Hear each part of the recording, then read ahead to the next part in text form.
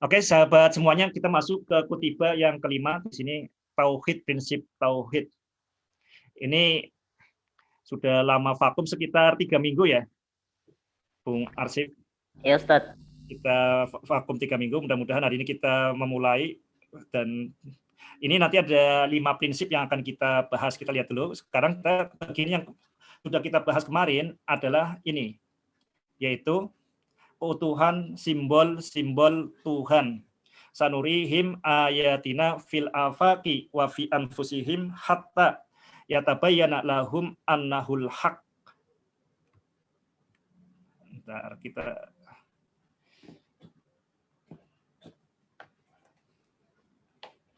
Jadi yang kita bahas di bagian kedua berkaitan dengan keutuhan simbol-simbol. Jadi karena yang bisa kita baca, yang ada maknanya, yang bisa kita temukan makna itu namanya simbol. Jadi di balik simbol itu ada makna. Dan yang bisa kita pikirkan adalah yang bisa kita pikirkan. Yang bisa kita pikirkan itu namanya simbol. Jadi ketika kita memikirkan, ketika kita mau berpikir, kita menganggap itu simbol itu seolah-olah ada. Makanya di titik B kita jelasin, karena berpikir maka aku tidak ada, berpikir maka aku ada. Jadi ketika kita menganggap itu, ketika kita mau memikirkan sesuatu, kita anggap itu ada. Tapi sejatinya nggak ada. Itu namanya simbol. Kita jelas, kalau supaya lebih jelas tentang makna simbol, ini sambil saya tunggu ini. Bentar.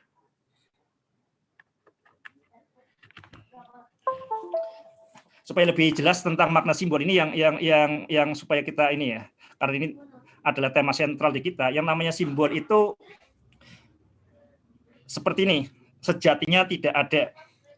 Kita ambil contoh seperti ini. Kalau kita kemudian melihat titik ba, coba kita lihat kalau kita membaca Al-Qur'an, ba ada titiknya enggak, Bung Arsif? Ya, ketika kita membaca Al-Qur'an, ba ada titiknya di bawah itu, lengkuan bawah itu kan. Dan kita harus sadar bahwa ba itu sejatinya enggak ada.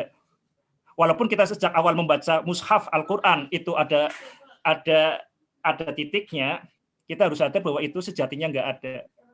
Pada zaman Rasulullah itu titik ba itu enggak ada. Ini hal yang sangat dasar berkaitan dengan simbol. Kita bisa akan sadar dengan ini kalau kita membandingkan misalnya huruf Braille. Ada yang di sini yang pernah melihat huruf Braille. Huruf Braille itu hanya titik-titik saja. Huruf alif, titik-titik, dan itu bukan ini ya. Jangan bayangkan, saya dulu membayangkan huruf Braille itu hanya misalkan huruf alif, bentuknya sama persis, kemudian titiknya seperti itu. A, ya huruf A hanya diubah ke titik-titik, tapi nggak seperti itu. Huruf Braille itu punya aturan beda, bentuknya beda. Makanya kita harus sadar yang kita lihat di Al-Qur'an mushaf itu adalah simbol, dan simbol itu sejatinya nggak ada. Itu hal yang sangat penting ya. Simbol itu yang penting adalah konsistensinya. Simbol, kenapa huruf A itu seperti itu? Kenapa huruf B seperti itu? Kenapa huruf C seperti itu? Itu mungkin ada alasannya, tapi alasan itu bukan hal yang penting bagi sebuah simbol. Simbol tidak harus seperti itu.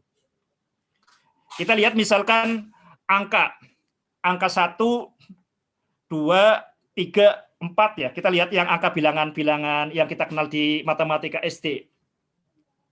Itu seperti itu. Mama, ada seru-seru mah. Nah, kita lihat misalkan angka 1. Kenapa angka 1 seperti itu? Angka 1 itu kita lihat angka 1 seperti ini ya. Nah, itu karena sudutnya ada 1. Angka 2 itu seperti itu karena sudutnya ada 2. Dulu Al-Khwarizmi membuat simbol itu alasannya seperti itu. Angka 3 dibikin seperti itu karena sudutnya ada 3. Jadi 1, 2, 3, 4, 5, 6, 7, 8, 9 itu berkaitan banyaknya sudut.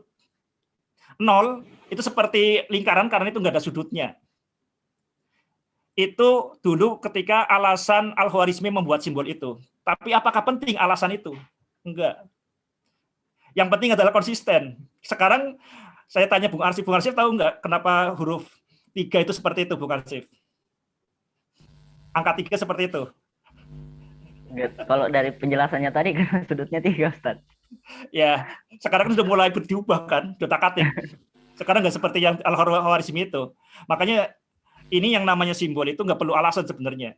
Karena simbol itu sejatinya nggak ada. Yang penting adalah konsistensinya, penggunaannya. Yang penting adalah utuh tak terbagi. Jadi simbol itu sejatinya nggak ada, yang penting adalah konsisten, utuh tak terbagi. Harus saling menjelaskan bagian ini harus konsisten. Penggunaannya itu adalah konsistensi. Ini hal yang sangat dasar untuk kita memahami simbol. Jadi kalau misalnya Bung Arsif, saya nggak kenal Arsif Arianto, tapi ini ada tulisannya Arsif Arianto. Oh berarti orang di balik ini adalah Arsif Arianto. Apakah harus ada tulisan ini? Nggak harus. Jadi simbol itu bukan keharusan. Ya. Ada atau tidak ada tulisan Arsif Arianto di foto ini, ya Arsif Arianto tuh ini. Oke ya, jadi itu berkaitan dengan simbol. Kalau di dalam bahasa Arab kita sebut sebagai ayat. Jadi sekali lagi, apakah kemudian kenapa Allah Subhanahu wa taala itu membuat jagat raya seperti yang kita kenal? Apakah harus seperti itu? Ya, tidak ada keharusan seperti itu. Bebas-bebas saja. Bebas-bebas saja yang menciptakan jagat raya. Ini hal yang sangat penting berkaitan dengan simbol, itu sejatinya tidak ada. Dan konsistensi, utuh tak terbagi. Sanurihim ayatina fil afaqi wa fi anfusihim hatta yatabayyana lahum annahul haq awalam yakfi bi rabbika annahu ala kulli syai'in qadir. Sanurihim ayatina fil afaqi, segera akan kami perlihatkan ayatina, ayat-ayat kami. Ayat-ayat kami, simbol-simbol kami fil afaqi, di afaq simbol 3, wa fi anfusihim, dan di dalam diri manusia, hatta sehingga yatabayyana terang benderang lah lahum annaul haq, sehingga terang benderang bagi mereka annaul haq, sesungguhnya Al-Qur'an itu benar, sesungguhnya Nabi Muhammad itu adalah benar. Awalam yakfi birobika, apakah tidak cukup birobika annahu ala kulli syai'in syahid, apakah tidak cukup menjadikan Allah sebagai saksi atas segala sesuatu. Jadi ini simbol yang paling dasar. Simbol yang paling dasar adalah 3 ini. Sebelum kita mengenal simbol yang lain, simbol huruf A, B, C, D, E, F, G, H, sebelum kita melihat simbol yang lain, 1, 2, 3, dan sebagainya, kita harus paham ini simbol yang utama. Jadi literasi yang paling dasar adalah literasi berkaitan dengan simbol-simbol Tuhan ini, ayat-ayat Allah ini. Ini kita sudah membahas di pertemuan sebelumnya, mudah-mudahan masih teringat ya, keutuhan simbol-simbol ini. Mari sekarang kita masuk ke bagian yang ketiga. Bung Arsif, Mbak Ririn Riani, Muhammad Jauhar Fatih, dan kawan-kawan. Ini kita sekarang masuk ke bagian yang ketiga, prinsip-prinsip universal untuk membaca simbol-simbol Tuhan. Ini kursornya kelihatan nggak? Ada kursornya? Kelihatan, Ustaz. Kelihatan ya? Ada kursornya. Oke. Saya bisa mainkan ini. Prinsip-prinsip universal. Prinsip-prinsip yang dimaksud prinsip adalah di sini hal yang dasar, usul. Hal yang harus diketahui sebelum hal yang lain. Itu namanya prinsip. Fondasi. Jadi tempat membangun sesuatu itu namanya prinsip.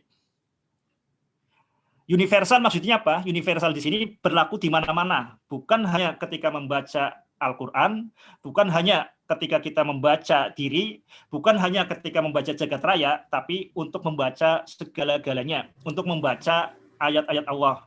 Jadi ini yang dimaksud sebagai prinsip-prinsip universal untuk membaca simbol-simbol Tuhan. Jadi prinsip itu berarti dasar, usul, asas ya. Universal berarti mencakup semua ayat-ayat Allah. Kita lihat di sini, ini bagian 3. Tapi kalau dilihat di gambar di sini, ini bagian 3. Ini seolah-olah prinsip 1, 2, 3, 4, 5, ini terpisah. Ini sebenarnya prinsipnya itu cuma 1 ya. Jadi satu-satunya prinsip dalam membaca ayat-ayat Allah adalah ya yang diberikan oleh Allah. Jadi satu-satunya prinsip adalah tauhid sebenarnya. Yang lain itu hanya penjelasannya tauhid. Yang lain hanya menjelaskan, menjabarkan tauhid. Ini pola pikir yang sangat dasar ya. Di pola pikir yang sangat dasar seperti itu. Jadi kalau ada prinsip kemudian ada 5, ya ini rancu, nggak mungkin kebenaran ada 5. Kebenaran itu tunggal. Makanya gambar di sini ini bisa menyesatkan. Makanya kita lihat di gambar yang kanan. Ini semua yang lain tuh hanya satu titik saja. Tauhid. Cinta pun itu adalah muncul dari tauhid, adil itu muncul dari tauhid, kadar muncul dari tauhid, fana muncul dari tauhid. Karena satu-satunya prinsip yang benar adalah prinsip yang benar. Betul ya Bung Arianto? Satu-satunya prinsip yang benar adalah satu-satunya prinsip yang benar. Sangat jelas ya. Nah, kita nanti di prinsip ini kita jangan malu untuk mengungkap sesuatu yang sangat jelas. Ini setelah kita bahas sebelumnya tuh banyak sekali itu kesesatan yang kita begitu enteng mengajarkan dan mengungkapkan teman-teman. 1 tambah 1 sama dengan 2. Itu kesesatan, tapi kita kok enteng aja menjabarkan itu. Nah, kita ada kecenderungan di kita ada ketakutan untuk mengungkapkan sesuatu yang sangat jelas. Tauhid itu prinsip yang sangat jelas. Nanti kita akan jabarkan. Satu-satunya prinsip yang benar adalah satu-satunya prinsip yang benar. Yang kita sebut supaya nggak terlalu panjang, kita sebut sebagai tauhid. Oke ya, yang lain itu hanya penjabarannya. Makanya kalau ada kesan seperti ini kesannya ada 5, enggak, ini cuma ada 1. Ini berlaku dimanapun ya. Jadi misalkan kalau di fisika itu misalkan kita belajar hukum 1 Newton, hukum 2 Newton, hukum 3 Newton. Itu sebenarnya itu kalau kita pegang tauhid, nggak mungkin tuh ada tiga hukum seperti itu. Sebenarnya 1. Hukum 2 Newton yang hukum 1 Newton, hukum 3 Newton menjelaskan, saling menjelaskan. Yufasiru ba'duhu ba'dun. Kalau seperti itu ya sesat. Sesat dan menyesatkan. Ini kalau kemudian kita mengatakan, oh sains benar, agama benar, tapi kok beda, yaitu sesat menyesatkan. Tapi kan paralel, itu yang sesat menyesatkan. Jadi kebenaran itu adalah keutuhan. Ini hal yang sangat dasar, Jadi makanya di sini ini agak menyesatkan kalau kita melihat di sebelah sini, ini seolah-olah itu ada 5 prinsip. Enggak ya, ini prinsipnya cuma ada 1. Kenapa ada 5? Ya kita dijabarkan saja, supaya detail operasionalnya. Untuk memahaminya seperti ini ya, hanya 1 biji. Nanti tumbuh beragam biji, tapi sebenarnya itu adalah 1. Segarnya 1, utuh tak terbagi dan sejatinya enggak ada. Coba kita lihat di sini, kita lihat di gambar 61 di sini, tauhid menjadi dasar bukti atau dalil bagi seluruh prinsip-prinsip kebenaran universal. Dan tidak ada prinsip manapun yang mendasarinya. Ini hal yang sangat dasar, makanya kalau kemudian ada orang yang mengklaim membuktikan tauhid, yaitu aneh. Tauhid itu nggak bisa dibuktikan. Tauhid itu membuktikan, bukan dibuktikan. Ingat ini hal yang sangat dasar ya. Kalau 1 ditambah 1 sama dengan 2, ya kita cek apakah sesuai dengan tauhid. Kalau sesuai dengan tauhid, ya berarti benar. Kalau tidak sesuai dengan tauhid, ya berarti salah. Jadi tauhid itu adalah hakim ya. Membuktikan, bukan dibuktikan. Nah, ini ada beberapa hal yang ini saya sempat ramai di Facebook karena ada seseorang yang mengaku bisa membuktikan tauhid. Nah, itu akan sangat aneh. Membuktikan tauhid itu gimana? Nanti kita akan jelaskan lebih detail. Ini banyak ungkapan-ungkapan yang sekilas itu keren, tapi sebenarnya itu sesat dan menyesatkan. Itu yang pertama, bahwa tauhid itu membuktikan, bukan dibuktikan. Nggak ada yang lebih jelas dari tauhid. Bingung ya? Ya dibingung dulu, dicatat dulu. Nanti kita akan perjelas dengan contoh. Yang kedua, ini banyak yang sesat itu berkaitan dengan bukti. Banyak yang gagal paham tentang bukti. Ini saya sempat juga ramai di Facebook ini kan kalau pemaparan dari Profesor Dr. Insinyur Fahmi Amhar ya. Dia akan menyampaikan di ngaji matematika itu mengatakan bahwa keberadaan alam semesta itu adalah bukti keberadaan Tuhan. Coba teman-teman bisa ditulis seperti itu. Ini sekilas sangat bagus ya. Keberadaan alam semesta, bukti keberadaan Tuhan. Nah ini sekilas sangat bagus, tapi ini adalah akidah yang berbahaya. Bukan masalah surga atau neraka ya, tapi ini akan keruh ya. Jadi kita akan kacau nalar kita kalau kita kemudian menganggap alam semesta itu bukti keberadaan Tuhan. Nanti kita akan jelasin, tapi kayaknya di sini nggak sempat benar-benar baca di bukunya. Tapi di sini yang penting kita pertanyakan bukti itu apa. Ingat ya, alam semesta, ini banyak yang salah kaprah ketika saya menyampaikan di tauhid, ternyata banyak yang salah kaprah loh. Jadi Al-Quran itu banyak sekali bahwa menyatakan bahwa alam semesta itu bukti keberadaan Tuhan. Ini seolah-olah bagus, tapi nggak ada sebenarnya di Al-Quran mengatakan bahwa alam semesta itu bukti adanya Tuhan. Nggak ada seperti itu. Yang ada adalah alam semesta adalah ayat, simbol keberadaan, simbol keesaan Allah, simbol kekuasaan Allah, simbol keberadaan Allah dan sebagainya. Jadi bukan bukti ya, tapi adalah simbol. Ini hal yang sangat dasar, tapi ini mungkin level berikutnya. Tapi kita mudah-mudahan tahu ada yang inilah membuat bingung dulu. Jadi hati-hati dengan mengatakan bahwa alam semesta adalah bukti keberadaan Allah. Karena sains sampai sekarang pun alam semesta itu tidak membuktikan keberadaan Tuhan. Jadi Tuhan itu terbukti tidak ada. Itu kalau kita menganggap bahwa alam semesta itu bukti keberadaan Tuhan, maka sangat konklusif baik secara fisika, secara logika itu bahwa alam semesta itu tidak membuktikan keberadaan Tuhan. Ateislah semuanya akhirnya. Ini akidah yang sangat berbahaya yang disampaikan oleh Profesor Dr. Fahmi Amhar. Saya menyampaikan langsung ya. Dan ini sesat di sini bukan masalah masuk surga atau neraka. Di sini di bahasan titik batu sesat ya berkaitan dengan kejenihan, keutuhan nalar kita. Ini berkaitan dengan bukti. Makanya bukti yang paling dalam di sini adalah tauhid. Tidak ada lagi yang lebih untuk tidak ada yang perlu membuktikan tauhid. Jadi yang paling dasar itu adalah la ilaha illallah. Yang lain itu hanyalah detail operasional la ilaha illallah. Oke, ini mudah-mudahan bisa membuat pusing di awal ya. Jadi bisa dibaca di buku ini ya, dibaca di buku titik aslinya. Kenapa saya menyampaikan ini? Ini salah satu kemudian alasan saya menulis buku titik ba ya tadi karena secara fisika, secara logika dan sebagainya itu bahwa alam semesta itu dengan penjelasan secara logika maupun ini itu dengan logika pun kita tidak bisa membuktikan adanya Allah Subhanahu wa taala. Dengan fisika ya kita tidak membuktikan alam semesta itu tidak membuktikan keberadaan Allah Subhanahu wa taala. Dan terus gimana? Itu yang sempat pusing. Jangan-jangan memang agama itu memang salah ya. Nah, ini yang jadi what's not. Makanya sampai kemudian mulai sadar ketika saya membaca kitab dari Al-Hikam. Kitab Al-Hikam di situ jelaskan satana pena ya. Sungguh sangat berbeda orang yang menjadikan alam semesta sebagai bukti keberadaan Allah dengan yang menjadikan Allah Subhanahu wa taala sebagai bukti keberadaan alam semesta. Ini yang mudah-mudahan hal yang sangat dasar ini bisa menjadi perhatian kita semua ya untuk membereskan, untuk menjernihkan, menertibkan nalar kita. Oke, kita lanjut. Mudah-mudahan mulai ada ini ya yang membuat pusing udah mulai ini ya. Saya pusingnya dulu tuh entah kenapa saya kemudian sampai akhirnya 0 SKS di ITB 1 semester itu salah satunya titik batu karena mumet, pusing, snot ya.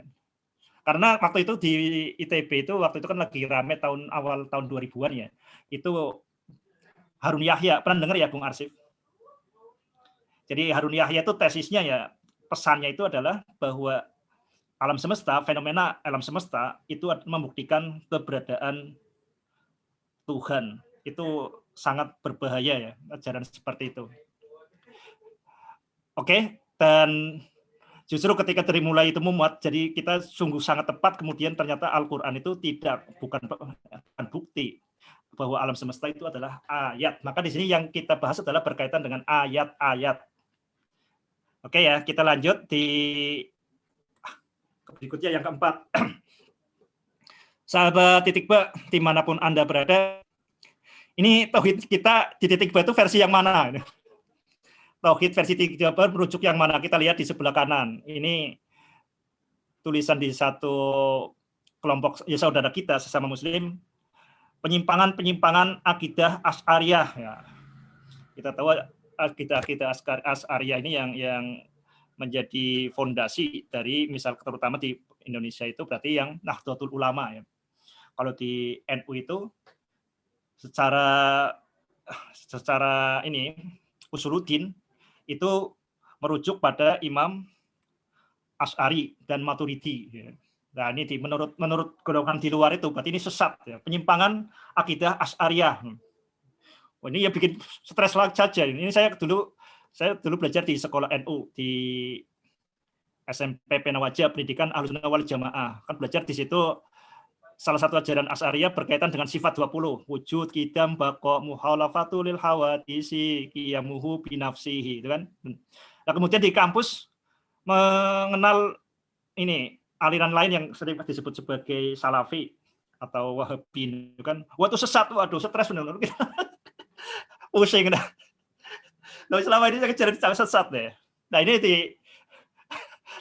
satunya ini disesatkan oleh golongan di luarnya. Kemudian sebelah kanan, ini 3 tauhid ala Wahabi. Ini sesat ya. Jadi ada lagi tauhid yang mengajarkan tauhid itu ada 3. Tauhid yang 20 sifat Allah, wujud qidam baqa, dan sifat mustahil itu adalah tauhid yang sesat. Ada istilah kalau di NU itu namanya aqaid 50, aqaid akidah 50. Nah, itu ajaran yang sesat. Yang benar apa? Yang benar adalah tauhid itu ada tauhid uluhiyah, tauhid rububiyah, tauhid rububiyah, tauhid uluhiyah, tauhid asma wa sifat. Dan tauhid itu sesat lah. Menurut golongan sini ini sesat. Wah, mantap lah kita sesat menyesatkan. Lah, sahabat titik ba dimanapun Anda berada, terus kita sebenarnya tauhid yang kita rujuk itu di mana? Jadi tauhid yang kita rujuk itu yang sangat sederhana ya. Jadi sahabat titik ba dimanapun Anda berada, supaya kita bisa lebih memahami makna sesat ya. Sebenarnya yang sering dikritik di titik ba itu, kita mengkritiknya itu kritik yang selama ini kita anggap sebagai kebenaran, yaitu matematika. Makanya kita pakai matematika, karena matematika kita anggap benar. Itu padahal kesesatan ya. Jadi kesesatan yang pasti di matematika itu apa? Tauhid. Nanti kita akan jelasin. Jadi misalkan teorema Pitagoras. Ya, ini sudah lulus SMP semua ya. Teorema Pitagoras. Teorema Pitagoras itu misalkan di sini dijelasin bahwa A kuadrat ditambah B kuadrat sama dengan C kuadrat. Kenapa kayak gitu sih? Nah, apakah itu betul? Ya betul kalau sesuai dengan tauhid. Nah, sesuai dengan tauhidnya di mana? Itu ketika bidangnya adalah bidang datar. Kalau bidang datar, kita membuat segitiga siku-siku, maka berlaku teorema Pitagoras. Coba kalau bidangnya kita lengkungkan, misalkan permukaan bola, yaitu sesat. Jadi teorema Pitagoras itu benar ketika sesuai dengan tauhid, yaitu ketika di bidang datar. Teorema Pitagoras itu sesat dan menyesatkan itu ketika di bidang lengkung. Oke ya, ini kita biasa 1 ditambah 1 sama dengan 2 itu sesat lah. Kita kenapa kita mengajarkan itu kita santai-santai saja loh. Gak ada yang ingatkan loh. Ini keanehan umat Islam itu kayak pengen buru-buru mati ya naik ke surga itu. Jadi tauhid yang kita akan bahas di sini adalah tauhid bagaimana kita berani menjalani hidup. Jadi maksudnya kita, karena biasanya kalau mengklaim ini yang sudah ironis di umat Islam juga, itu kalau membahas tentang agama tauhid itu jadi setan datang marah, perasaannya hawanya marah. Kita belajar seringkali ketika diskusi tentang keagamaan itu setan langsung datang marah, kemudian kita pengen bahkan kemudian menyalahkan orang lain, pengen membunuh orang lain pun dengan rasa bangga. Padahal kesesatan yang kita praktek sehari-hari 1 tambah 1 sama dengan 2 itu nggak ada yang sadar. Sahabat titik ba dimanapun Anda berada, kita nanti akan jelasin bagaimana kesesatan yang sangat dasar ya, 1 ditambah 1 sama dengan 2 itu kemudian menyebabkan kita tidak peka dengan kesesatan yang lain. Nah ya, kita akan gunakan di sini tauhid ini bukan tauhid untuk rebut-rebutan surga ya, kita bawa alam. Ya kita kalau bahasa ekstrimnya kita surga itu ada atau tidak ada tuh nggak penting ya. Maksudnya kalau kita yang penting di sini kita adalah berpikir yang benar, berpikir yang jernih. Jadi yang kita tanamkan di titik ba bahwa yang namanya agama itu tazkiyatun nafs, membersihkan jiwa. Termasuk dari membersihkan jiwa tentu adalah membersihkan sumbatan-sumbatan nalar, sumbatan-sumbatan pikiran. Kalau kemudian agama membuat kita itu pikiran kita tersumbat, yaitu bukan agama, tapi namanya kotoran. Ini yang perlu kita tekankan di awal seperti itu. Sahabat titik ba dimanapun Anda berada, ini problem kita tuh seperti itu karena sebenarnya banyak orang tuh agama kita kan yakin-yakin tidak sebenarnya ya. Bener nggak sih? Ya bus. Karena kita sering agama itu basa-basi. Sering tanpa sadar kita seperti itu. Ini yang saya alami ya. Saya lahir di lingkungan seorang kiai kampung ya. Jadi saya pernah bertanya ke bapak saya dan ke ibu saya. Bapak saya ini seorang kiai lulusan pesantren. Lah ibu saya tuh cuma lulusan kelas 3 SD. Saya kasih pertanyaan kepada bapak dan emak. Jadi pada suatu sore, jadi waktu itu saya masih kuliah di TP. Pak, Mak, ini ada pertanyaan, kuis ya. Kenapa kalau ada orang jatuh dari tempat tidur itu paling kaget? Tapi kalau orang jatuh dari pohon kelapa itu bisa cedera berat, bahkan sampai mati. Bisa kebayang ya masalahnya ya. Jadi orang yang jatuh dari tempat tidur ini berarti ketinggian mungkin hanya 1 meter lah. Atau 2 meter kalau di ini, kalau tingkat ya, tempat tidur tingkat itu paling kaget, atau mungkin ya patah tulang dikit ya, kecuali jantungan. Tapi kalau jatuh dari pohon kelapa ketinggian misalkan sampai 20 meter, 30 meter, itu kok kenapa mati? Coba, apa jawaban seorang yang belajar agama? Bapak saya ya, ini kritiknya bapak saya kan, jadi aman. Jadi kata bapak saya itu seperti ini, ya itu sudah takdir. Walaupun jatuhnya dari tempat tidur, kalau takdirnya sudah mati ya mati. Tapi kalau jatuhnya dari pohon kelapa 30 meter, kalau takdirnya belum mati ya nggak mati. Kalau dari 30 meter kemudian takdirnya ketawa, ya ketawa, sehat. Itu yang terjadi karena mungkin ini ya, nggak tahu kenapa yang diajarkan itu malah berpikir yang nggak jernih ini. Itu benar ya, tetap benar sama salah ya, betul. Jadi kalau kita menggunakan perspektif zikir, ya betul, semua adalah takdir Allah ya. Kalau perspektif zikir itu berarti perspektif tanpa berpikir. Lah itu betul. Lah, tapi apa penjelasan dari ibu saya? Penjelasan ibu saya itu sangat jelas ya, karena nggak sekolah, jadi penjelasan sangat jelas. Karena kalau orang jatuh itu selalu bertambah cepat. Mas Oka, jangan keras-keras Mas Oka. Halo Mas Oka. Ya, harap tenang. Nah. Lah, di orang jatuh itu tak bertambah cepat. Kalau benda jatuh itu bertambah cepat. Kalau hanya 2 meter itu kan baru bertambah cepat tapi sudah sampai tanah. Jadi ketika kena tanah itu nggak terlalu cepat, nggak terlalu banter. Tapi kalau 30 meter, coba itu bertambah cepat. Jadi ketika menyentuh ke tanah itu dalam kecepatan yang sangat tinggi, sangat cepat ketika menyentuh tanah, sangat jernih. Nah, itu berkaitan dengan berpikir.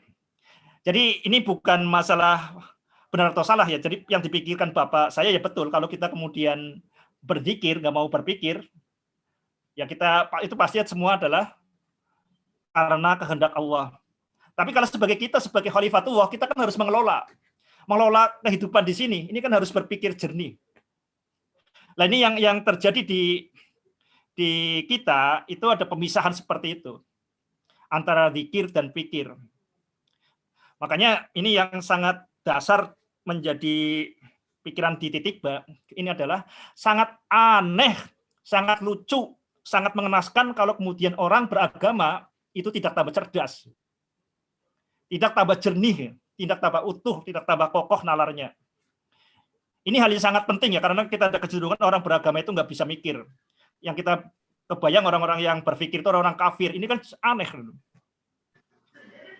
Nah itu yang berkaitan dengan tauhid versi titik batu merujuk kemana?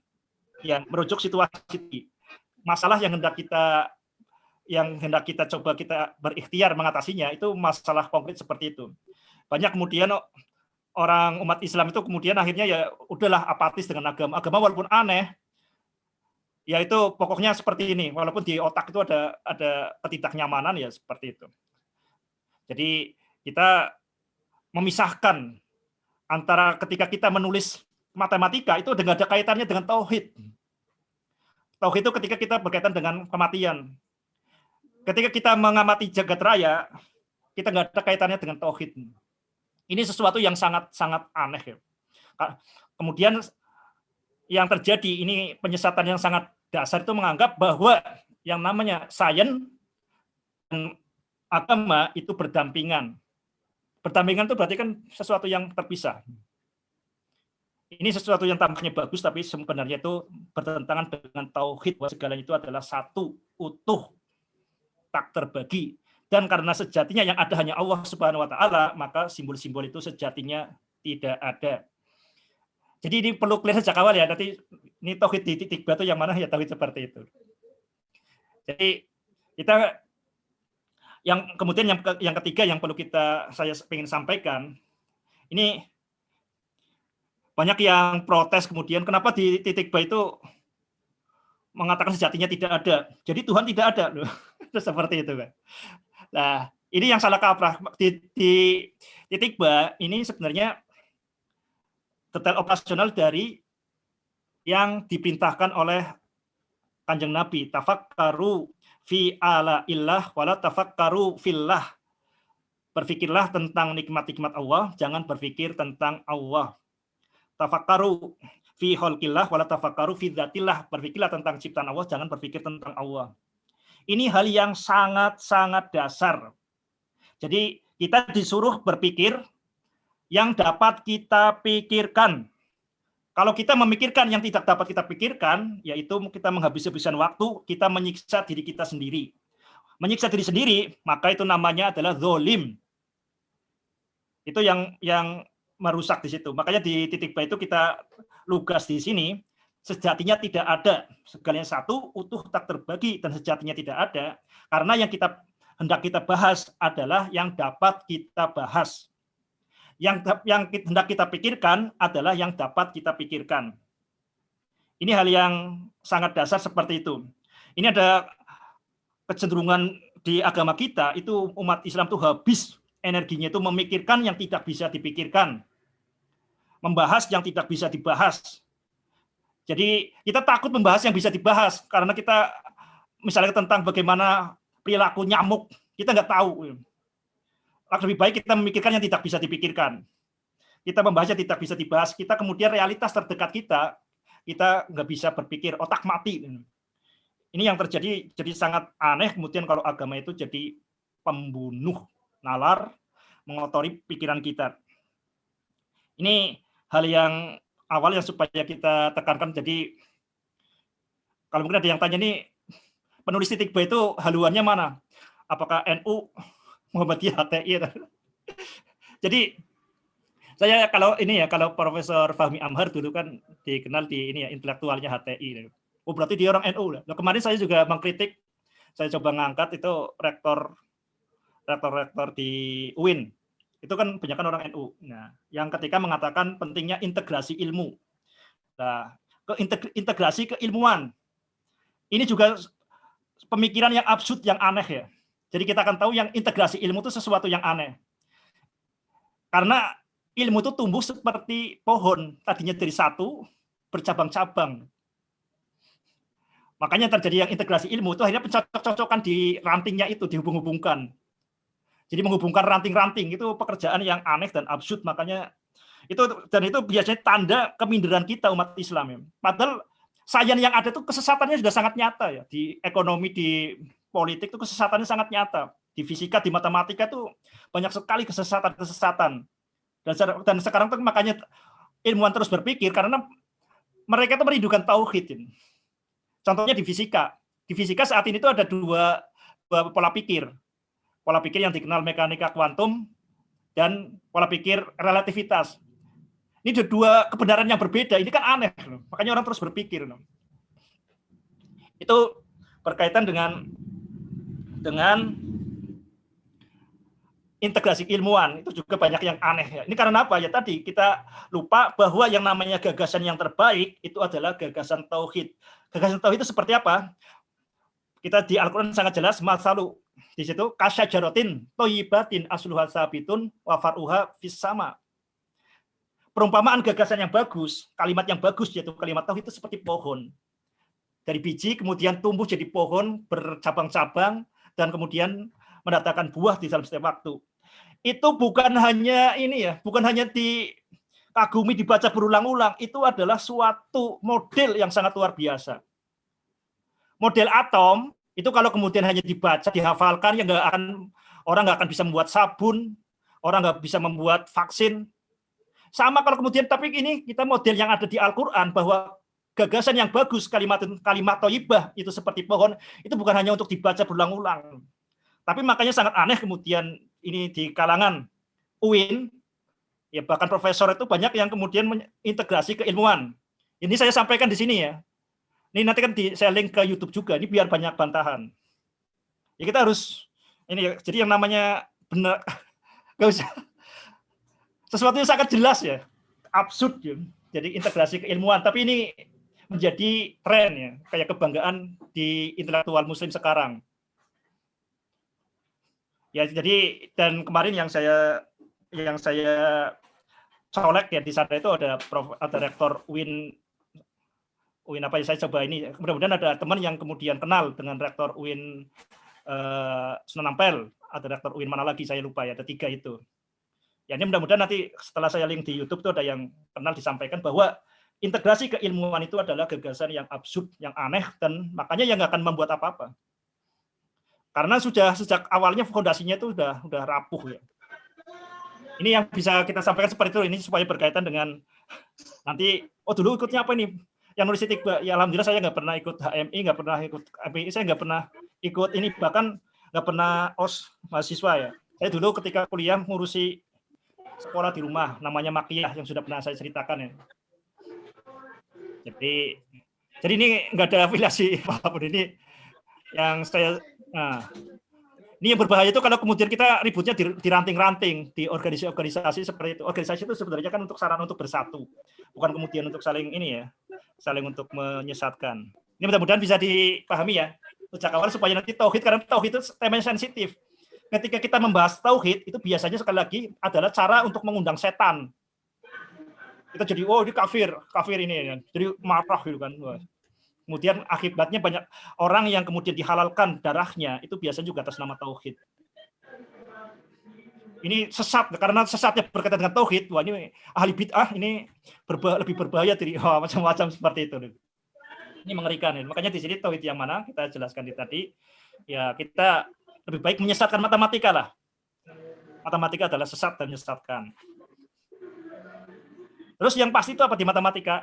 Yang pasti adalah tauhidnya. Detail operasionalnya bagaimana? Oke, kita lanjut. Oke, sahabat Titikba dimanapun Anda berada. Ini sambil dicatat ya teman-teman. Saya minum dulu.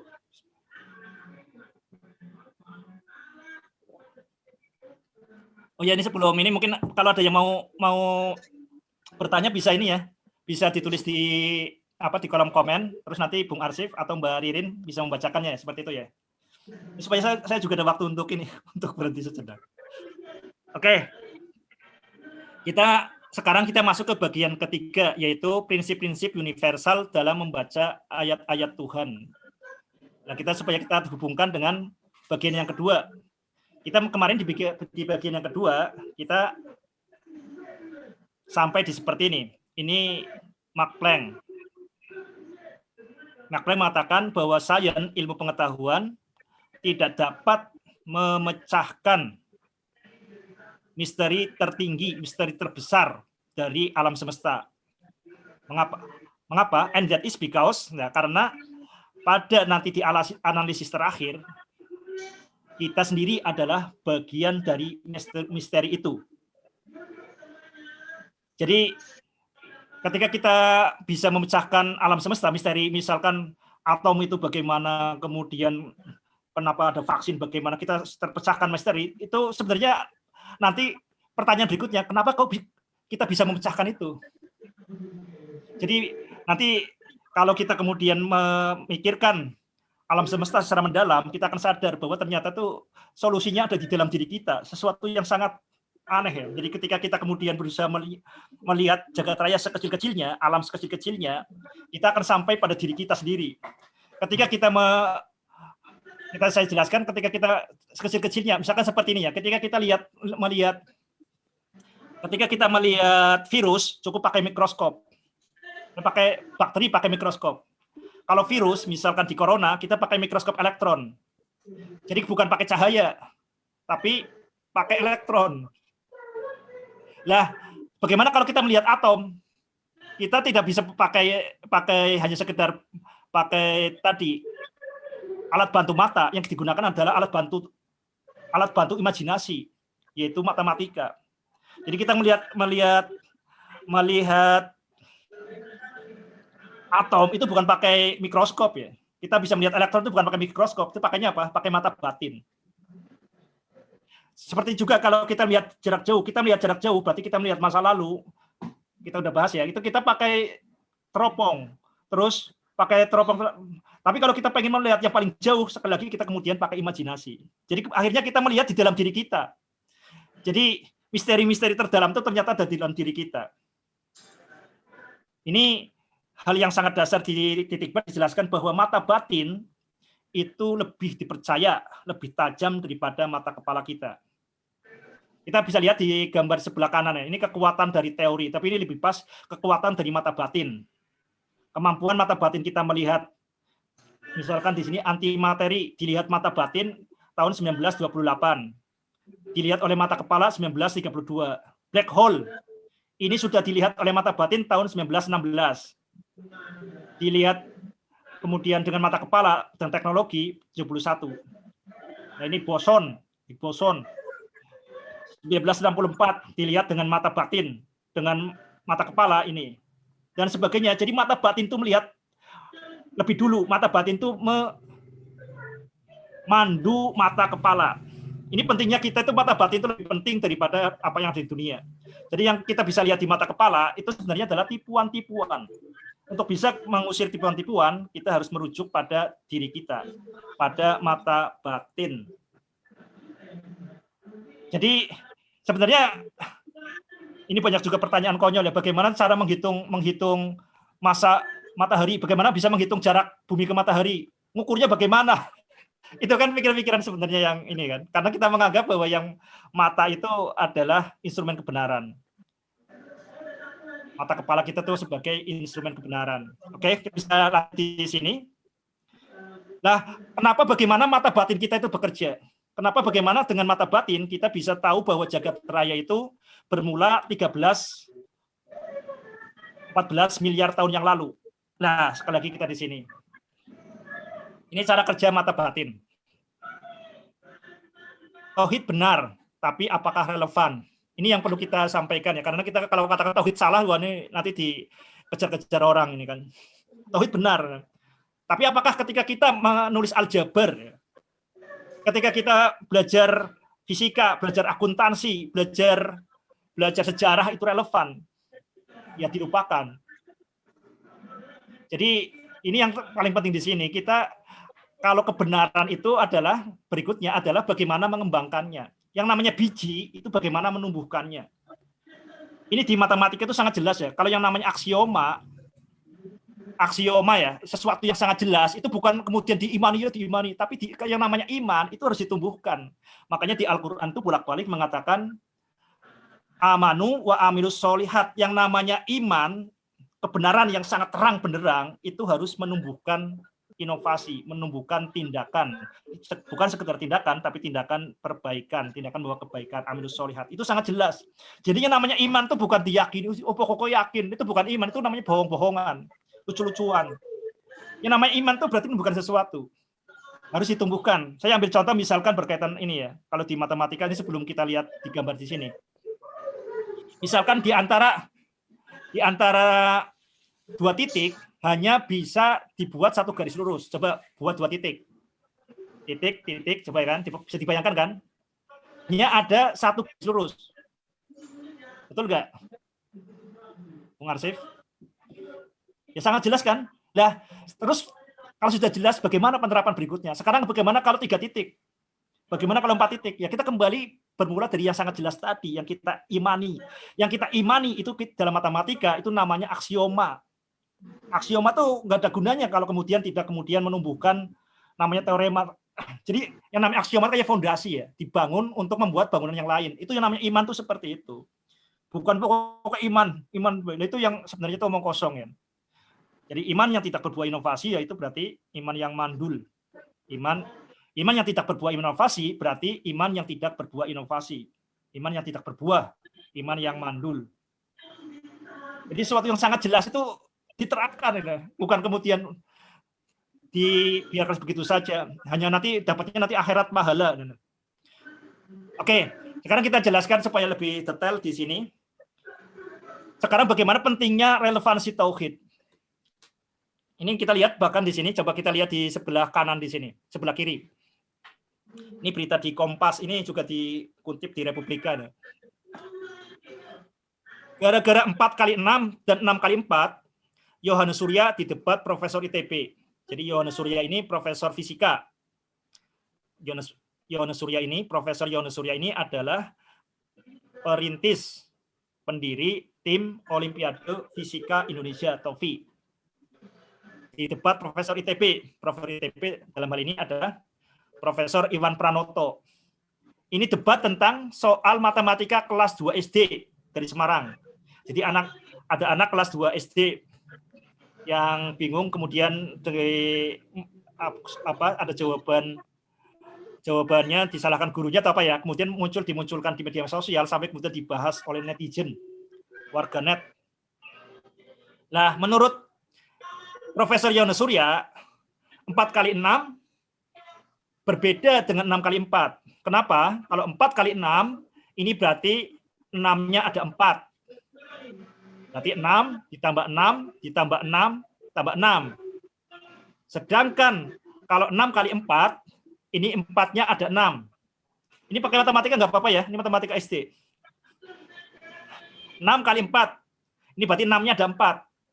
4-nya ada 6. 4 ditambah 4 ditambah 4 ditambah 4 ditambah 4 ditambah 4. Berarti 4x6 dan 6x4 ya beda. Biasanya kemudian dihubungkan seperti kalau orang minum obat. Kalau minum obat 3x1 dengan 1x3 itu beda.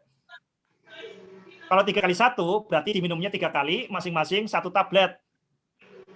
Kalau 1x3 diminumnya 1 kali, tapi langsung 3 tablet. Jadi 4x6 dan 6x4 itu berbeda. Ini menurut Profesor Fisika, Profesor Yohanes Surya. Nah, tapi apa kata Profesor ITB?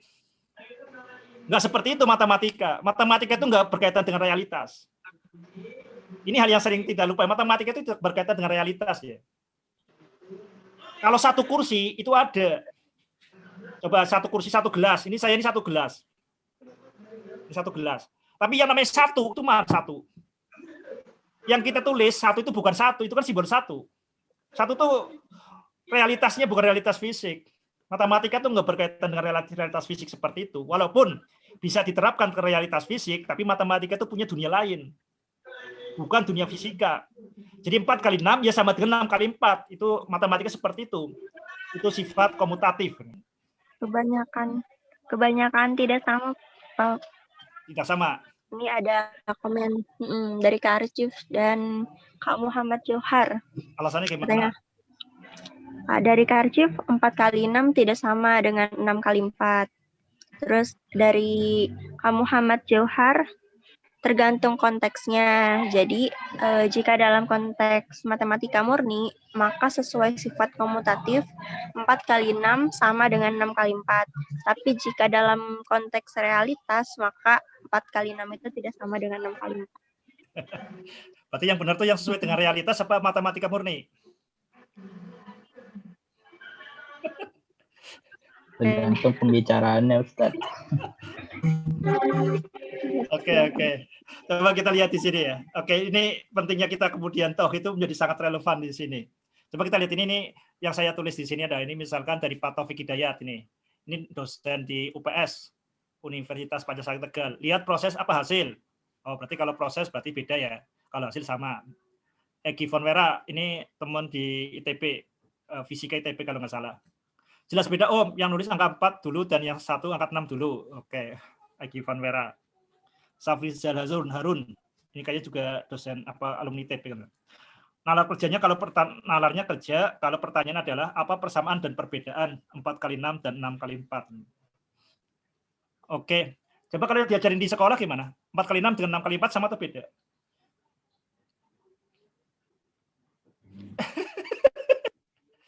Ini di otak kita bingung ya, tapi ini dulu yang membuat kepala saya pusing kan, ini tadi beda, lah sekarang sama, gimana nih? Sama dengan beda itu sama atau beda? Coba sama dengan beda itu sama atau beda? Sama berbeda dengan beda atau sama dengan beda? Beda, Ustaz. Kalau beda dengan sama itu kan saling tolak belakang kan? Kalau tidak sama berarti beda. Kalau tidak beda berarti sama. Lah nggak mungkin sesuatu itu kemudian dia itu sama sekaligus beda. Nah ini gimana? Oke, ini banyak jawaban sebenarnya, jawaban yang ya boleh dikatakan benar sesuai konteksnya, tapi hal yang sangat dasar tuh dilupakan. Ini pentingnya kita itu ketika kita bertengkar, kita kembali ke dasar, ke fondasi, tapi justru dasar itu dilupakan. Dasarnya itu apa? Dasarnya itu adalah tauhid. Nanti kita akan jelasin. Sebenarnya mengatasi masalah seperti itu bagaimana? Dalam perspektif titik B. Ingat ya, yang saya kritik di sini, ini bukan profesor sembarangan ini. Profesor fisika dan profesor fisika pun ini profesor fisika terkemuka di Indonesia, pendiri TOFI, Tim Olimpiade Fisika Indonesia. Dan ini profesor ITB-nya pun bukan profesor ITB sembarangan, profesor matematik ITB sembarangan. Lah, kenapa saya berani mengkritik profesor hebat di Indonesia ini? Karena pegangan saya adalah anak saya yang kelas 4 SD. Saya ngikuti itu. Oke, kita jelasin. Nah, ini bagaimana kerancuan akhirnya profesor sampai berdebat karena melupakan tauhid. Nah, nanti ini betul-betul sampai ke ini Profesor Iwan Pranoto dan Profesor Yon Surya. Ini kalau Profesor Iwan Pranoto teman Facebook. Ya. Coba kita lihat di sini. Nah, ini hati-hatinya di sini. Hati-hati. Nah, coba Bung Asif dibacain, Bung Asif. Judulnya, biar bukan saya ingin mendengar dari orang lain. Kebohongan 1000 kali menjadi kebenaran. Ya, ini sekolah itu tempatnya kebohongan dan kesesatan ditanamkan ya, diulang-ulang terus akhirnya kesesatan itu menjadi kebenaran. Ini saya tersadar dengan ini kutipannya dari ini ya. Ini namanya Joseph Goebbels. Ini adalah menteri propaganda Hitler. Tahu Hitler ya, yang kumisnya satu di tengah. Nah, ini jadi Hitler itu sebenarnya dia tuh ini humoris. Makanya kumisnya di tengah itu kan biar lucu sebenarnya. Nah, ini menteri propagandanya, dia bilang kebohongan yang diucapkan, kebohongan yang hanya disampaikan satu kali ya, yang diucapkan satu kali dia akan menjadi kebohongan, sebuah kebohongan. Jadi kebohongan yang hanya sekali dia akan menjadi sebuah kebohongan. Tapi sebuah kebohongan yang diulang-ulang 1000 kali itu menjadi kebenaran. Ini hal yang sangat dasar ya. Kita ilusi yang berulang-ulang itu menjadi semacam kebenaran. Kita menganggap misalkan batu jatuh ke bawah, maka kita kemudian beranggapan bahwa batu itu selalu jatuh ke bawah. Ini yang terjadi seperti itu. Nah, kita 1 ditambah 1 sama dengan 2 itu adalah kesesatan yang sangat nyata. Nah, ini mudah-mudahan inspirasi malam gak usah ragu ya, tapi kayaknya ragu ya. Bahwa 1 tambah 1 sama dengan 2 ini kesesatan yang sangat nyata. Tapi karena diulang-ulang terus ya, diulang-ulang terus, maka seolah-olah jadi kebenaran. Bahkan kita jadi aneh dengan yang benar. Jadi yang dengan kesesatan kita menjadi terbiasa, akhirnya menjadi nyaman dengan diri kita. Diri kita menjadi bagian dari kesesatan itu. Sampai ketika saya mengatakan di Facebook, 1 ditambah 1 sama dengan 2 itu sesat dan menyesatkan, banyak orang yang protes, ini maksudnya gimana? Maksudnya gimana? Jangan ngomong yang rumit-rumit, itu terlalu rumit. Saya heran ketika kemudian mengatakan itu bahwa 1 ditambah 1 sama dengan 2 adalah kesesatan yang nyata, itu banyak orang yang gagal paham, yang susah memahami. Akhirnya saya penasaran, aduh sih jelasinnya gimana lah, 1 ditambah 1 sama dengan 2, ini ya sesat lah. 1 ditambah 1 dengan 2 ya jelas beda kan. Beda, didengar beda, ditulis beda, samanya gimana? Itu kan kesesatan sangat nyata.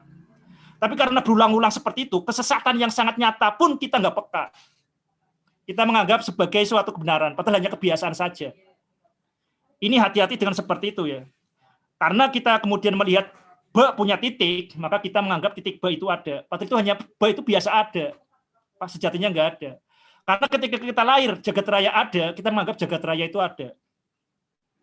Itu kesesatan seperti itu. Karena berulang-ulang, jadi seolah-olah jadi kebenaran. Ini makanya kita caranya gimana untuk mengatasi kesesatan seperti itu? Ya kembali ke tauhid. Ini tampaknya sepele ya. Itu padahal dampaknya itu kemana-mana. Kesesatan yang sangat terang benderang pun kita nggak peka, apalagi kesesatan yang samar. Banyak, lo maksudnya gimana nih? Jangan rumit-rumit. Makanya saya bikin video ini sebelah kanan. Saya tanyakan ke anak saya, namanya Atiyah Hanifatin. Ini umur 4 tahun. Ini 4 tahun, 5 tahun mas sekarang mas, Juni mas. 4. Oh iya, tapi nanti tanggal 11 Juni 5 tahun. Saya tanya Atiyah Hanifatin. 4 kali 6 dengan 6 kali 4. 4 kali 6 dengan 4 kali 6 itu sama atau beda? Sama. 4 kali 6 dengan 4 kali 6 sama. Kalau 4 kali 6 dengan 6 kali 4 beda. Alasannya apa? Nggak perlu alasan. Itu sangat jelas kan. Nah, ini saya kemudian tambah yakin dan berani kemudian menyatakan tadi ya, ini kekacauan nalar dari Profesor Yohanes Surya maupun Profesor Iwan Pranoto. Ini mudah-mudahan dengar ya. Karena saya pegangannya itu anak bayi ini. Ini rujukan saya di sini. Anak kecil umur 4 tahun ini sudah bisa membedakan bahwa 4 kali 6 sama dengan 4 kali 6. 4 kali 6 berbeda dengan 4 kali 6. Sangat jelas kan? Dan nggak perlu alasan. Ini seolah sama dengan Yohanes Surya, tapi beda. Kalau Yohanes Surya itu perlu alasan. 4 kali 6 berbeda dengan 6 kali 4. Tadi karena 4 kali 6 itu adalah 6-nya ada 4. Kalau 6 kali 4 itu berarti 4-nya ada 6. Itu perlu alasan. Tapi Atiyah itu nggak perlu alasan. Ini yang lebih dasar. Tapi kenapa ini dilupakan? Ya kita karena menganggap namanya tauhid itu untuk nanti di akhirat ya. Kita gembar-gembor tauhid tapi benar tauhid tapi nggak relevan.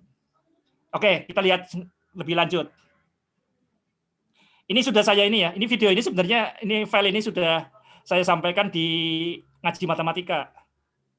Ngaji matematika ini bedah buku titik B matematika dalam persepsi titik B dalam matematika. Ini pembicaranya guru besar matematika lagi dari New York, Amerika, Profesor Agus Budianto. Jadi Profesor Agus Budianto itu dia beli titik B, mau dikirim ke New York. New York tahu ya, di sebelah mananya Cimahi, Bung Arsif. New York. Nah, ongkirnya tuh hampir 1,5 juta. Dan itu kebetulan pas 17 Agustus. Jadi ada diskon. Nah, jadi waktu itu pematerinya saya hanya pengantar, pematerinya adalah guru besar dari New York. Profesor Agus Budianto. Nah. Oke, jadi ini nggak usah takut ya. Oh, ini masa anak kecil 5 tahun mengalahkan guru besar fisika dan guru besar matematika? Iya, karena anak kecil ini berpegang tauhid. Ya. Tauhid itu nggak perlu alasan. Tauhid itu paling dasar. Alasan dari segalanya, benar atau salah. Nggak perlu alasan. Coba perlu alasan nggak bahwa 4 kali 6 sama dengan 4 kali 6? Ya udah jelas kan? Itu yang dititipkan Allah itu udah fitrahnya itu seperti itu. A sama dengan A, ya karuan. Bung Arsif Arianto sama dengan Bung Arsif Arianto, ya karuan, nggak perlu mikir kan? Nggak perlu mikir. Tapi kenapa tidak disampaikan ya kebenaran yang sangat jelas ini? Ini yang menyebabkan kita tuh kemudian begitu bangga menyampaikan kesesatan-kesesatan, tapi yang kebenaran itu nggak tersampaikan. Oke, kita lanjutin. Kenapa seperti itu? Terus bagaimana? Kita lihat di sini. Lah, ini yang terlupakan. Ada di pelajaran logika itu ada namanya prima principia. Prima itu utama, principia itu prinsip. Prinsip utama dalam bernalar. Atau kita sebut sebagai tauhid dalam bernalar. Kita bisa lihat di halaman 176 kalau nggak salah. Nanti bisa dibuka di buku Titik Ba. Kita lihat Titik Ba yang diterbitkan oleh Republika April 2021. Kita lihat sini. Saya baca di sini. Semenjak lahir, titik pangkal kebenaran telah hadir. Jadi biji kebenaran itu sudah hadir. Prinsip tauhid mengajarkan kemustahilan adanya kontradiksi di antara semua prinsip-prinsip yang benar. Hal itu merupakan inti prima principia yang disebut dengan prinsip non-kontradiksi. Lebih rinci lagi, prima principia terdiri dari 3 prinsip. Prinsip identitas, konundatiyah, dan prinsip non-kontradiksi, konundatiyah, serta keadaan batas, konun imtina. Oke, ini terlalu kurang jelas, kita coba pakai contoh. Bil misal yatatihul makol. Dengan contoh kita akan lebih jelas. Coba kita lihat di sebelah kanan. Cara kerjanya prima principia. Saya akan jelasin dengan 2. Ini sebenarnya prinsip ini 3 pun sebenarnya 1 ya. Coba. Prinsip identitas. A sama dengan A. Betul nggak, Bung Arsif? Ya, Ustaz. Alasannya apa? A sama dengan A. Alasannya apa? Karena ya dia hanya sama dengan dirinya sendiri, Ustaz. Ya, sangat jelas ya. Itu perlu paksaan nggak, Ustaz? Perlu nggak, Bung Arsif? Perlu. Tidak perlu. Untuk mengakui ini perlu paksaan nggak? Apa? Tidak perlu, Ustaz. Dari diri sendiri bahwa A sama dengan A. Iya. Ya, kebenaran itu sangat jelas seperti itu ya. La ikroha fiddin, tidak ada paksaan dalam sistem yang benar. Mungkin kita bisa menjelaskan, tapi bukan memaksakan. Kenapa? Ya karena setiap orang itu sudah tahu prinsip tauhid ini. Yang kedua, coba prinsip non kontradiksi. A tidak sama dengan bukan A. Betul nggak, Bung Arsif? Bung Benar, Arsif, Ustaz. betul, yakin? Iya. Nah, ini kan hanya penjelasan ini kan. Ini hanya menjelaskan yang nomor 1 ini kan. Ini sebenarnya 1 prinsip ya. Iya, Ustaz. Nah, sebenarnya ilmu apapun itu hanya ini saja. Ilmu yang dititipkan Allah hanya ini saja. Rumus, sejuta rumus pun itu intinya hanya A sama dengan A. Kalau yang tidak sesuai dengan prinsip tauhid bahwa kebenaran itu tunggal, itu ya berarti sesat. Kita lihat sini. Sekarang kita coba ke studi kasus antara Profesor Yono Surya dengan Profesor Iwan Pranoto. Prinsip identitas. Nah, di sini 4 kali 6 sama dengan 4 kali 6. Betul nggak? Oke kan, sangat jelas kan? Berarti kalau 4 kali 6 dengan 6 kali 4, ya jelas beda kan? Ini prinsip non-kontradiksi. Ini hal-hal yang sangat dasar, yang sangat furu'iyah. Tapi anehnya, hal yang sangat dasar ini justru disepelekan. Kita takut mengungkapkan sesuatu yang benar. Kita takut dengan cahaya, kita silau dengan cahaya. Tapi kita malah bangga dengan kesesatan-kesesatan. Atau sebenarnya itu kebenaran yang terbatas sifatnya. Kita lihat berikutnya. Sekarang pentingnya kita tertib nalar. Jadi di titik batu kutiba sebenarnya kita nggak menganjurkan kebaikan atau apa ya, tapi kita sebenarnya tertib nalar intinya itu. Di sini karena nanti fondasi dari kemudian menulis titik bah ini sangat aneh kalau orang belajar agama itu tidak tambah cerdas. Karena agama jauh lebih ampuh daripada matematika dalam hal untuk menjernihkan nalar, membersihkan jiwa. Coba kita lihat di sini ya. Tertib nalar, 1 ditambah 1 sama dengan 2, benar atau salah? Coba kita lihat cara berpikirnya yang runut. Kita lihat di sini. Man jahilal asla lam yusibil far'a abadan. Siapa yang tidak tahu dalam hal yang pokok, yang usul, maka tidak akan pernah tepat dalam hal yang cabang selamanya. Kapanpun nggak akan pernah tepat ya. akan rapuh pada hal yang cabang. Kita lihat hal yang pokok dulu, yang usul, yang berkaitan dengan hal yang pokok yang dasar. Coba, 1 sama dengan 1. Betul ya? Cuma ini yang sering bahkan tidak terdengar di ruang kelas. Coba kita dari kelas 1 sampai kelas 6, pernah nggak mendengar satu kali saja prinsip tauhid A sama dengan A, prinsip identitas? Di SMP dari kelas 7 sampai 9, pernah nggak kita mendengar prinsip PIA ini ditanamkan? Di SMA dari kelas 10 sampai kelas 12, pernah nggak kita mendengar bahwa prinsip yang dasar ini disampaikan? Di kuliah yang 5 tahun, 4 tahun, 4 sampai 7 tahun, pernah nggak prinsip yang sangat dasar ini disampaikan?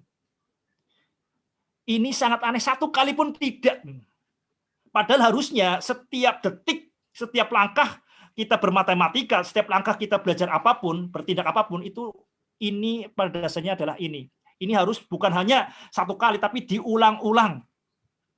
Makanya pentingnya sekali lagi, jadidu imanakum biqauli la ilaha illallah. Jadi keimanan la ilaha illallah, tauhid itu harus ditanamkan. Terus-menerus, harus selalu diperbarui terus-menerus. Tapi sangat ironis, umat Islam yang katanya kemudian ajaran intinya adalah tauhid, tapi nggak pernah kemudian hal yang dasar ini disampaikan. 1 sama dengan 1. Ya karuan, makanya takut, orang itu takut ya ketika kemudian mengingatkan kebenaran yang di orang lain itu takut.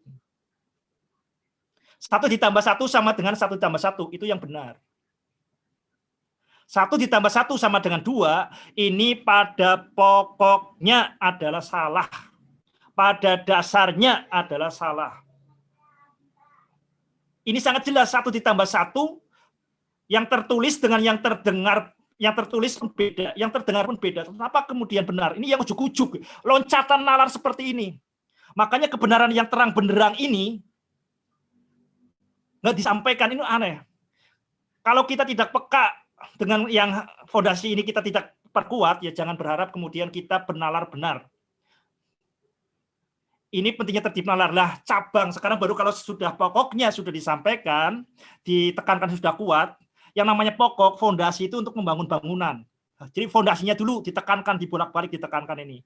Baru kita masuk ke cabang. Kalau 1 ditambah 1 sama dengan 2, ini pada pokoknya salah. Benar, syarat dan ketentuan berlaku. Misalkan ketika kita menggunakan desimal, sistem 10 simbol, 1, 2, 3, 4, 5, 6, 7, 8, 9, 0. Itu yang kita gunakan itu kemudian 10 simbol itu. Atau yang kita gunakan adalah skalar, makanya 1 tambah 1 sama dengan 2. Jadi syarat dan ketentuan berlaku. Ini pada dasarnya sesat, tapi benar ketika syarat ketentuan berlaku. Kenapa? Karena ketika kita menggunakan sistem 10 simbol dan pada besaran skalar, 1 ditambah 1 sama dengan 2, ini sesuai dengan tauhid. Nanti 1 tambah 1 di sini 2, ini 2, maka 2 sama dengan 2. Jadi terbukti sesuai dengan tauhid. Tauhid itu membuktikan, bukan dibuktikan. Apapun yang tidak sesuai dengan tauhid itu sesat dan menyesatkan. Saya ngomong seperti itu di Facebook, ada yang protes. Oh, jangan keras-keras, jangan. Ngomongnya sesat, ini memang sesat lah. 1 tambah 1 sama dengan 2 itu sesat. Hal yang pokok itu sesat. Tapi jadi kita nggak ada kompromi di sini ya. Jangan kemudian tapi ya kadang-kadang benar, kadang nggak seperti itu. Ini harus tahu, itu harus clear. Makanya berkaitan dengan hal yang usuliyah ini sangat harus tegas ya. Tapi nggak perlu marah kemudian mengkafirkan orang, sesat misalkan ini urusan inilah. Ini bukan urusan masuk surga atau neraka, itu urusan lain. Tapi ini berkaitan dengan kejernihan dan keuntuhan kita dalam bernalar. 1 ditambah 1 sama dengan 1, 0. Nah ini bidangnya Bung Arsif ini, yang simbolnya hanya 1 dan 0, itu kan? Ini kalau kita menggunakan 2 simbol saja, biner 1, 0, ya berarti ini kan seperti ini. Dan ini syarat dan ketentuan berlaku. 1 ditambah 1 sama dengan 1, ya bisa kita kan? Nanti kita akan lihat ini logika, misalkan logika disjungsi ini. 1 ditambah 1 sama dengan akar 2. Ya bisa saja. Misalkan kita pakai vektor yang tegak lurus. Jadi ini cabang. Jadi 1 tambah 1 sama dengan apa? Ya 1 tambah 1 pada pokoknya itu adalah sama dengan 1 tambah 1. Kalau di saya sendiri 1 ditambah 1 itu sama dengan 5. Saya dengan istri saya menikah 1 bersatu kemudian jadi 5. Nah, itu kan. Jadi ini yang cabang ini bisa ribuan cabang ya ini ya. Tapi yang pokok yang ditanamkan. Tapi yang aneh di sekolah itu jadi sarang pengerusakan tauhid secara terstruktur, sistematis dan masif. Karena kita takut mengucapkan sesuatu yang sangat jelas. Akibatnya belajar ilmu itu hanya menghafal istilah-istilah. Semrawut otaknya jadi aneh. Ini hal yang sangat dasar dan mudah-mudahan kita nggak malu untuk mengungkapkan sesuatu yang sangat terang benderang. Kebenaran adalah satu, ia identik dengan dirinya sendiri. Ya. Jadi yang pokok ini ditekankan ya, bijinya itu satu. Kalau mau cabang ini ya, bijinya tadi ya, A sama dengan A, B sama dengan B, 1 tambah 1 sama dengan 1, ini bijinya. Bijinya itu tauhid. Kalau mau pakai cabang 1, cabang 2, cabang 3, cabang 4, itu nanti fondasi ditekankan dulu, ditanamkan dulu. Man jahilal asla lam yusipil far'a abadan. Oke, sekarang kita lanjut bisa ini ya, dipahami mudah-mudahan jangan sampai yang sekolah-sekolah Islam bawahnya Islam tapi kemudian pengrusakan tauhid secara sistematis ya, karena mengajarkan kesesatan yang terang benderang, yaitu 1 tambah 1 sama dengan 2. Ini bukan sepele ya, bukan hal yang sepele. Kalau kita nggak peka dengan kesesatan yang terang benderang, jangan berharap kita peka dengan kesesatan yang tersamar. Jadi menyebabkan kita jadi pikiran aneh, kemudian kita nggak kreatif, nggak bisa membuat sesuatu, otaknya sudah nggak beres. Kenapa kemudian kayak Isaac Newton bisa ngotak-atik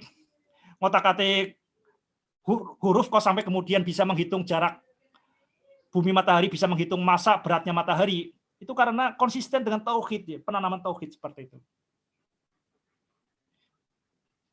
Ini hal yang sangat dasar ya, mudah-mudahan kita umat Islam tuh yang secara lugas inti ajarannya disebut sebagai tauhid, jangan malu dan jangan ikut-ikutan kemudian kita ngikuti yang lain. Ini yang perlu mudah-mudahan jadi kesadaran kita bersama. Coba lihat ini, tauhid itu menggemari bukan menghindari kepastian kejelasan. Nah ini contohnya ini ya di kelasnya Bung Arsif di ini.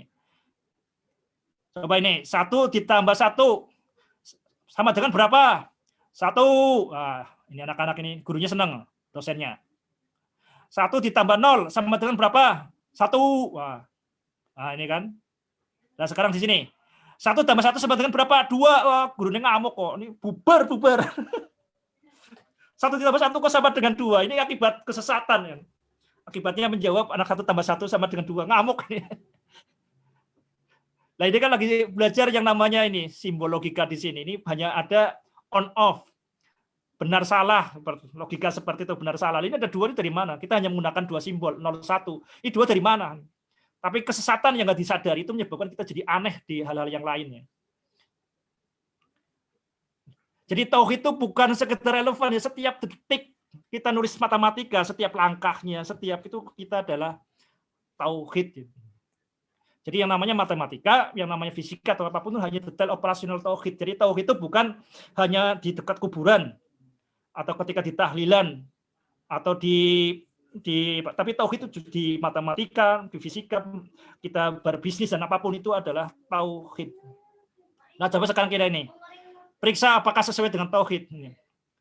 14 kali 27 sama dengan 1 kilogram. Ini benar apa salah itu?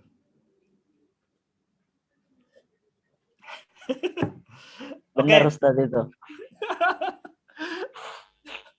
Oke ya. Ini yang mudah-mudahan ini sangat mengerikan. Jadi intinya kita itu umat Islam jangan pernah berharap ya. Kemudian umat Islam itu berharap kalau selama kita menjadi pengekor, kita malu dan kita ragu dengan relevansi tauhid. Kalau benar tuh kayaknya yakin ya. Yakin tauhid betul ya. Tapi di mana maksudnya ini? Yang masalahnya kan terus manfaatnya apa bagi amilus solihat? Keimanan itu. Oke, kita lanjut sekarang di berikutnya. Sekarang coba kita tekankan supaya ada hal yang konkret. Ini saya ambil contoh soal di kelas 3 SMP. Ini mudah-mudahan teman-teman yang ini walaupun matematika nggak alergi lah. Ini SMP. Tidak ada pemaksaan dalam bermatematika, tidak ada pemaksaan dalam beragama, tidak ada pemaksaan dalam sistem yang benar. La ikroha fiddin, tidak ada pemaksaan dalam sistem yang benar. Kenapa? Ya kebenaran itu kayak gitu toh, sangat jelas ya. Kalau ada yang A sama dengan A, masa A sama dengan A, itu yang aneh. Gak ada pemaksaan seperti itu. Dan jangan dikira itu adalah karunia yang kecil ya. Itu karunia terbesar dari Allah Subhanahu wa taala, itu adalah tauhid. Nah, kemampuannya berikutnya adalah bagaimana kita itu menumbuhkan tauhid itu. Oke, kita lihat di sini, coba kita akan penerapannya tauhid supaya dalam setiap langkah itu kita bertauhid. Sederhanakan 6 dibagi akar 3. Ini banyak terjadi di sekolah itu ini ya. Jadi orang bermatematika itu hanya mengikuti aturan karena menganggap yang namanya kebenaran itu dari luar. Itu adalah asumsi yang sesat dan menyesatkan. Yang namanya tauhid itu karunia terbesar bagi setiap manusia. La dina liman la aklalahu, tidak ada agama bagi orang yang nalarnya tidak waras. Jadi agama itu sebenarnya itu hanya untuk orang-orang yang nalarnya waras. A sama dengan A, ya nggak ada orang yang saya nggak tahu ya, tapi ada nggak mungkin yang di sini yang meragukan A sama dengan A? Maksud A sama dengan A? Coba saya cek kewarasannya, coba dipertanyakan ke diri sendiri, apakah A sama dengan A? Coba ambil waktu, nanti kita, karena hanya itu aja, ilmu serumit apapun tuh hanya itu ya, A sama dengan A. Yang lain itu hanya detail operasionalnya itu. Coba dirasakan dulu, kasih waktu setengah menit. Benar nggak A sama dengan A, B sama dengan B? Itu B. Saya minum.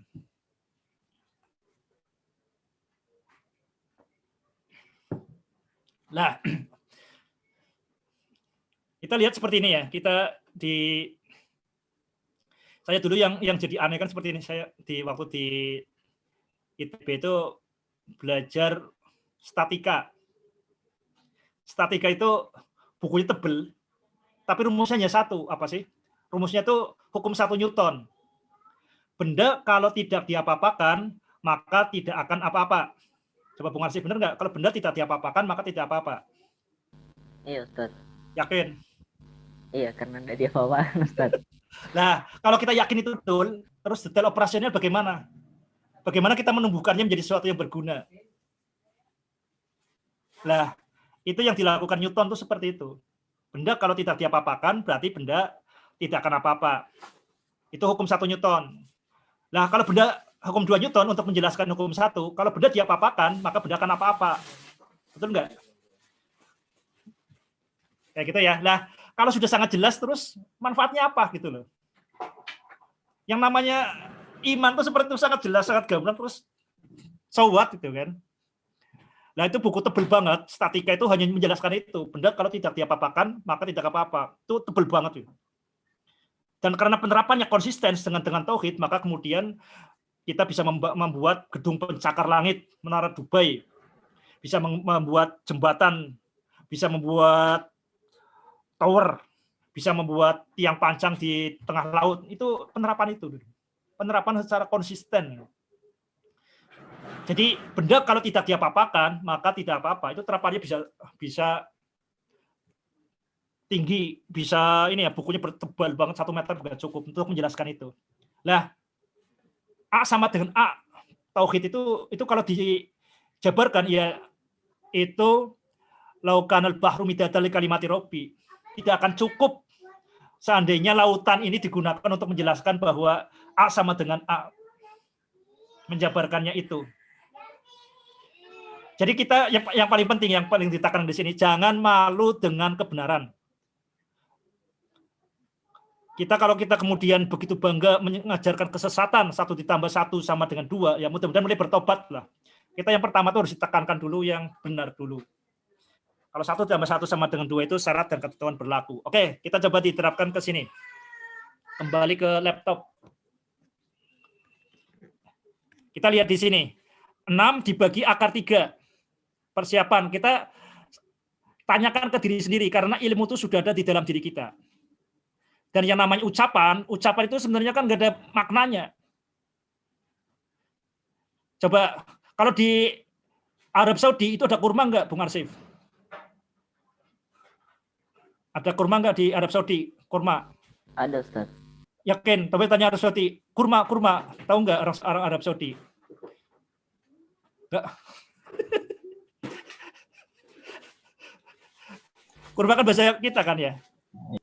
Bahasa Indonesia kan?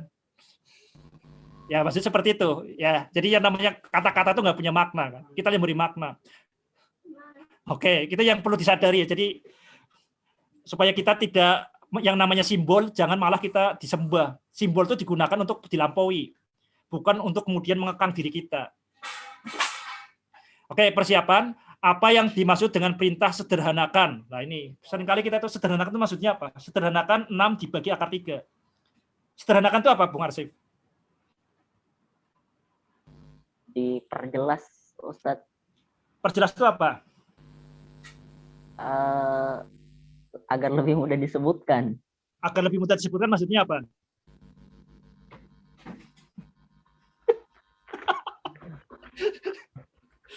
Lah, ini kita perlu hal yang ini ya.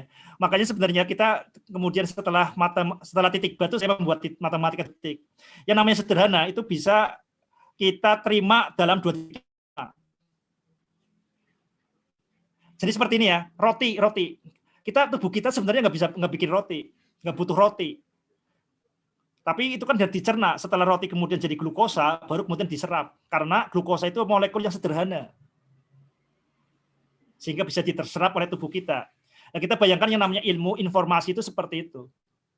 Itu harus diserap dalam 2 titik yang pertama oleh tubuh kita. Yang kita serap adalah maknanya. Makna itu serupa dengan gizi. Jangan kemudian sederhana itu kita kemudian hanya dipaksakan. Nah, ini sederhanakan. Nah, kenapa perlu disederhanakan? Jadi yang kalau kita tauhid kita peka, kita jadi aneh kenapa ada perintah sederhanakan. Nah, tapi kalau tauhid udah mati, gara-gara 1 tambah 1 sama dengan 2, ya kita udah pokoknya terima aja kebenaran dari luar. Nah, kita sederhanakan ya, sederhanakan.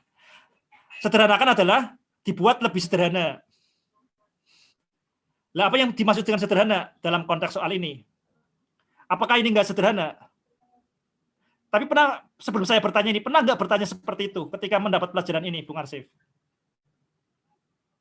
Tidak pernah, Ustaz. Nah, ini kita kan jadi sebenarnya itu aneh kan? Otak kita mau melakukan sesuatu yang kita nggak kita pahami. Karena kita nggak pahami, ya kita ikuti aturan saja. Yang namanya kita bertindak dengan pemahaman itu sesuai dari dalam diri kita. Itu namanya kita bertindak dengan pemahaman. Ini yang sangat aneh, dan ini bermula dari tadi kesesatan yang sangat terang benderang, 1 tambah 1 sama dengan 2. Nah, ini ya, oke. Ini kalau saya jelasin jadi matematika pelajarannya. Tapi ini saya praktekkan ya. Ini banyak anak yang biasanya dianggap bodoh itu bukan bodoh, tapi anak yang bodoh itu kadang-kadang tauhidnya lebih peka. Ini sederhanakan maksudnya apa? Kenapa perlu disederhanakan? Kenapa? Nah, itu anak yang dianggap bodoh kadang-kadang karena tauhidnya lebih peka. Tapi anak-anak yang cerdas, seringkali itu anak-anak yang kemudian dia mau menelan perintah dari gurunya mentah-mentah. Ya pokoknya aturannya seperti ini, pokoknya rumusnya seperti ini. Karena menganggap itu tanpa sadar dianggap kebenaran itu dari luar. Nah, kita bisa lihat di sini. Nah, seperti ini. Nah, ini ternyata waktu sudah hampir jam 10. Oke, saya nggak akan melanjutkan seperti ini, tapi mudah-mudahan kita jangan ragu untuk mengungkapkan kebenaran. Yang namanya kebenaran itu apa? Kebenaran itu sebenarnya ya begitu jelas lah dalam diri kita. Kebenaran itu intinya tauhid, sesuai dengan tauhid itu benar. Kalau sesuatu yang bertentangan dengan tauhid, kita nggak usah ragu itu adalah sesat dan menyesatkan. Tapi di sini tauhid itu bukan kemudian kita mengkafirkan orang lain, atau ini bukan masalah surga neraka lah di sini. Ini masalah berkaitan dengan bagaimana kita berpikir secara utuh dan jernih. Mudah-mudahan bisa diterima dan mudah-mudahan membuat bingung. Saya tutup dulu untuk paparannya. Ya ayyuhalladzina amanu taqullaha wa qulu qawlan sadida yuslih lakum a'malakum wa yaghfir lakum dzunubakum wa may yuti'illah wa rasulahu faqad faza fawzan 'azima. Wassalamualaikum warahmatullahi wabarakatuh.